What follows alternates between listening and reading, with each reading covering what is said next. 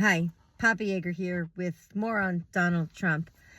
I'm a 9th grade history teacher. I teach in an urban school district. Many of my students are Hispanic. Needless to say, Trump's policies are detrimental to my students. They are negatively impacting the learning environment. It is difficult, might I add, nearly impossible to teach when students are terrified.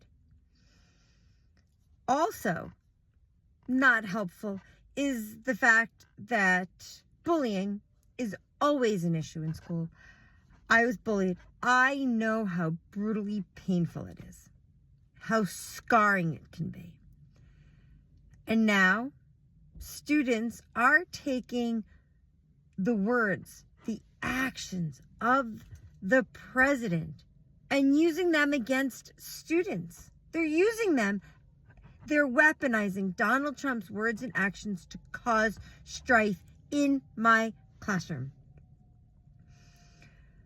Some of my students are special needs, and I have one boy, very nice kid, high functioning, but emotionally he takes things harder than the average student. He's been picked on often in my class, and whenever I hear it, I'm always there to interfere and try to protect him as best as I can. Today, some of the students were saying things to him about the ICE raids. ICE raids happened in Newark yesterday, and my student started to get very upset. My co-teacher noticed it first, and she was the one who went over and spoke to him. He's worried about his mother. He's concerned about his mother possibly getting caught up in an ICE raid. He was in tears. Congratulations, Donald Trump. You're making children cry. I don't know if that makes you feel like a tough guy or what, but it's embarrassing that you are the president of the country. The co-teacher is a wonderful woman, and she really did her best to calm the student.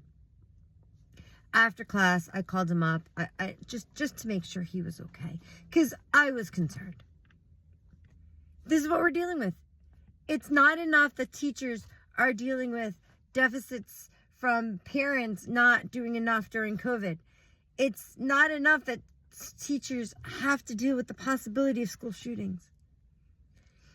Now we're dealing with the possibility of ICE raids in the classroom.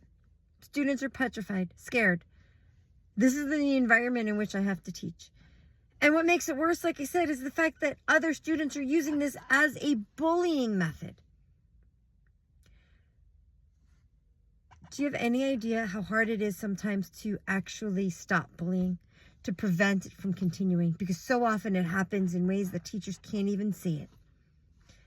But now it's state-sanctioned bullying.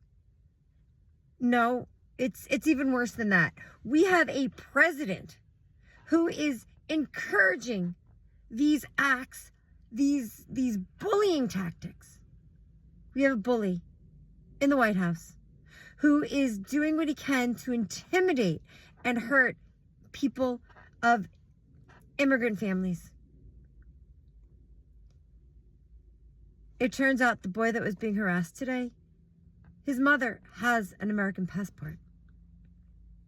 But they were bullying him anyway, to the point where he was in tears and petrified because she wasn't born here.